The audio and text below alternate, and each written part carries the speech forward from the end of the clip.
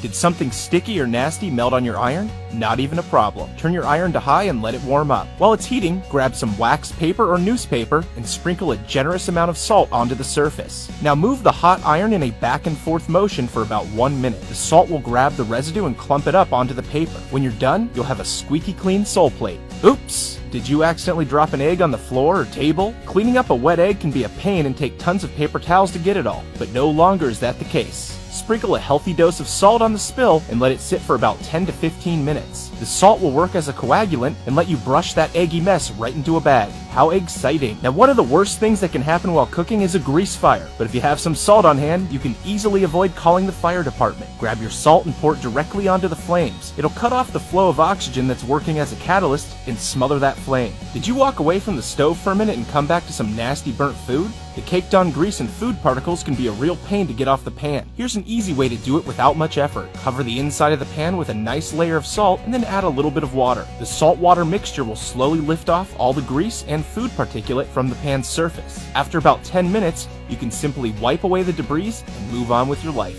Now, maybe after wiping that pan up, you got your sponge a bit nasty. Salt to the rescue once again. Just as the grease was lifted from the skillet, it'll work the same way with the sponge. Fill a container with about 2 cups of water and then sprinkle and dissolve about 1/4 cup of salt directly into it. Place your sponge in and leave it overnight. When you grab it in the morning, it'll leave all the nastiness behind and your sponge again is ready for prime time. Now, what about those hard to clean bathtub stains?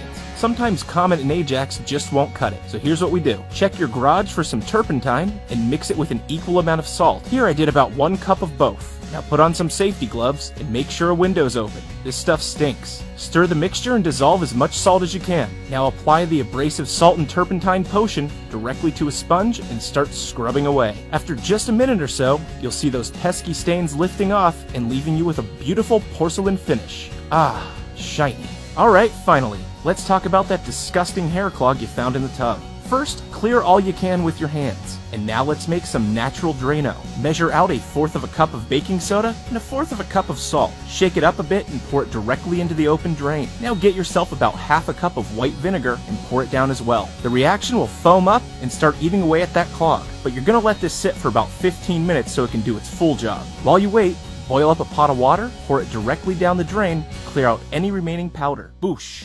No more clog.